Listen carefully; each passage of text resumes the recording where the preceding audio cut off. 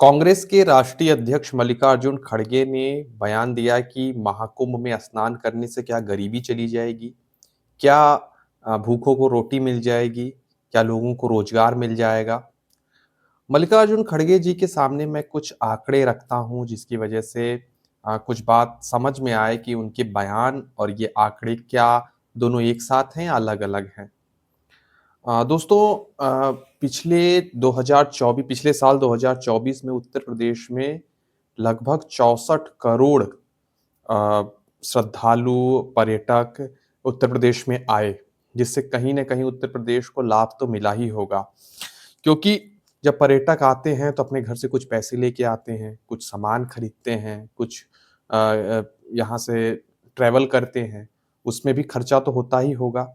हम नहीं बात करते हैं महाकुंभ की, नहीं बात करते हैं 2025 की।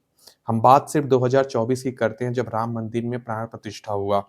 उसके बाद से उत्तर प्रदेश में 64 करोड़ चौ 2024 में 64 करोड़ लोगों ने उत्तर प्रदेश में पर्यटक आए।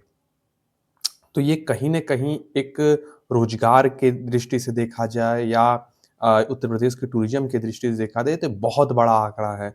मुझे लगता है कि देश भर में सबसे ज़्यादा पर्यटक अगर 2024 में किसी एक राज्य में आए होंगे, तो वो उत्तर प्रदेश में आए।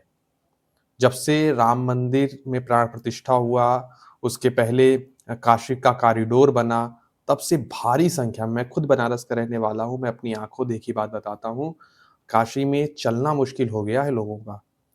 लोग इतने ज़्यादा पर्यटक आते हैं, वो कार से चलते हैं, ऑटो से चलते हैं, होटलों में रुकते हैं, रेस्टोरेंटों में खाना खाते हैं, तो कहीं न कहीं किसी न किसी को उसके माध्यम से रोज़गार तो मिलता ही होगा। ऐसा तो नहीं है कि वे आते हैं और अपने घर से ही खाना लेके आते हैं, अपना कार लेके आते हैं और चले जाते हैं। ऐसा तो नहीं है, कई लोग आते हैं, जहाज से आते हैं, ट्रेनों से आते हैं, फिर उसके बाद आने के बाद यहाँ पर रुकते हैं, ऑटो में बैठते हैं, कार लेते हैं किराए पे, कोई ड्राइवर को नौकरी तो मिल रही है। तो टूरिज़्म के दृष्टि से अगर देखा जाए तो उत्तर प्रदेश में कहीं न कहीं धार्मिक स्तर से ही और राम मंदिर प्राण प्रतिष्ठा हो, काशी का कॉरिडोर हो, मथुरा में जिस तरीके से कार्यक्रम हो रहा है, उसकी वजह से टूरिज़्म के लिए बहुत ज़्यादा लाभ पहुँचा है। मल्लिकार्जुन खड़गे ने जो बयान दिया, अ, मुझे नहीं समझ में आता उन्होंने क्यों दिया, एक विरोधी नेता होने के नाते दिया होगा या कांग्रेस का मुखिया होने के नाते उनके ऊपर दबाव होगा कि ऐसे बयान देने ही हैं। लेकिन कहीं न कहीं उनको टूरिज़्म को भी समझना होगा। उत्तर प्रदेश में कहीं न कहीं टूरिज़्म को लेके बहुत बड़ा काम हो रहा है और लोग करोड़ों की संख्या में उत्तर प्रदेश में आ रहे हैं। और जिस तरीके से उन्होंने बयान दिया कि क्या भूखों को रोटी मिल जाएगी, क्या भूखों को रोटी ना आने पे मिल जाती है? अगर वो घूमने कोई ना आए और अपने घर में ही बैठा रहे, कहीं किसी मंदिर में दर्शन करने ना जाए, तो क्या भूखों को रोटी मिल जाती है? क्या 2014 से पहले सभी लोग सुखी थे? क्या उससे पहले कोई कहीं घूमने नहीं जाता आता था? लेकिन ऐसे बयान जो मुझे लगता है कि कहीं न कहीं खुद प्रश्न चिन्ह खड़े करते हैं। कांग्रेस की सरकार थी राजस्थान में, कांग्रेस की सरकार थी छत्तीसगढ़ में। उन्होंने कोई ऐसा नज़ीर क्यों नहीं पेश किया कि युवाओं को नौकरी मिले? युवाओं के लिए सरकारी नौकरी हो, प्राइवेट कंपनी हो। आप तो उद्योगपतियों का भी विरोध करते हैं, आप तो सरकारी नौकरी में भी पेपर लीक हो जाता है, पेपर लीक तो पूरे देश की समस्या है। लेकिन ऐसा नहीं है कि राजस्थान और छत्तीसगढ़ में पेपर लीक और युवाओं के मुद्दे दबे हुए थे। छत्तीसगढ़ में जहाँ भूपेश बघेल जैसा मुख्यमंत्री होने के बावजूद, ओबीसी चेहरा होने के बावजूद, संगठन भी ठीक-ठाक होने के बावजूद वहाँ भी आपकी सरकार रिपीट नहीं हो पाई, क्योंकि कहीं न कहीं लोग बताते हैं कि वहाँ पे भी युवाओं की नाराज़गी आप पे भारी पड़ी। राजस्थान में पेपर लीक को लेकर सचिन पायलट खुद, आपके पूर्व डिप्टी सीएम, खुद सड़कों पे उतरना पड़ा उनको लेके, उन मुद्दों को लेके कि क्यों पेपर लीक हो रहा है, पेपर लीक की अलग तरीके के जो उसमें समस्याएँ थी उसको लेके। तो आप अपने राज्यों में रोज़गार कितना दे रहे हैं, इसका जवाब भी तो कांग्रेस के राष्ट्रीय अध्यक्ष को देना चाहिए। उत्तर प्रदेश में अभी कुछ दिन पहले यूपी पुलिस की भर्ती निकली थी। उसमें लगभग बताया जा रहा 60,000 पदों पर भर्ती थी। उसके बाद टूरिज़्म को लेके काम हो रहा है।